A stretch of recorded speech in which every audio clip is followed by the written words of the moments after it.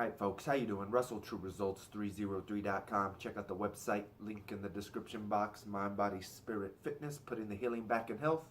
Follow on social media, Facebook, Twitter, Google+. The podcast is out there. Links down below.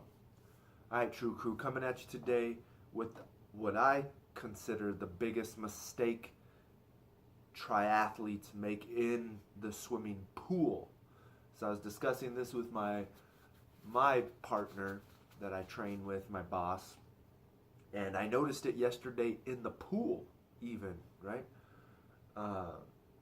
So I had thought about this last time I was doing my hour swim, and then yesterday before I had gotten in the pool, I was sitting there thinking to myself, like, what the heck was that video I wanted to make?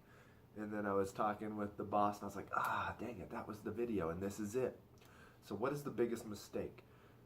And in my opinion, it's that, I don't even know what they call it because I don't do it. I've only done it once or two, like one session like that. Flip turn, whatever they call it, the flip turn, and then you kick off the wall and you shoot back as fast as you can, right? And when I was discussing this with the boss, what we came up with, what his thoughts were, is when we're out in the open water, you don't have that opportunity to kick off of something, right? So I remember he told me when he did his first triathlon, he was like 5 minutes, the open water swim was like the worst thing ever. It was like 5 minutes in, I got kicked in the face 4 times, my goggles came off, I had to come to a complete stop, try and get my goggles back in, right? So you're coming to a complete stop, and then you're trying to get going again, right? And I don't know what anyone else's experience is. This will be my first half Ironman, but it makes sense, right? You never know what you're going to encounter out there in the open water. You're going to get kicked. Maybe you get tired and you have to float. And then you have to start up again from a dead stop. So in reality, that push off is hurting you, right? Not only because you're not getting used to having to come to a complete stop and swim again, but it's propelling you through the water faster than you would normally in a regular swim, right? Because I'm assuming when you kick off that thing as hard as you can, you're never going to get, you're going to push off hard, but then once you get back down to your normal rhythm, you're going to slow down. So in reality, it's giving you a false perception of how much distance you're traveling within your hour, within your 30-minute swim, whatever the case may be. You're traveling further. And I noticed this because like a guy jumped in. I'd already been swimming for like 20, 30 minutes. Dude jumps in the pool. Him and I, we're going at the same pace. Everything's cool. For me, and you can do that kick spin. I've heard people say, oh, well, it gets you used to not having breath. It helps you learn to swim with less breath, which is fine. I understand that concept too, but you can just hold your breath while you swim.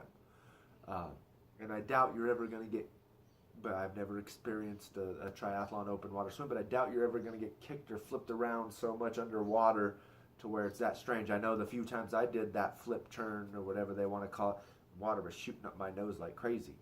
But anyways, him and I were swimming stroke for stroke. Next thing I know, like I'll swim and I'll rotate to his side and he's like in front of me. And rotate to this side and he's even further in front of me.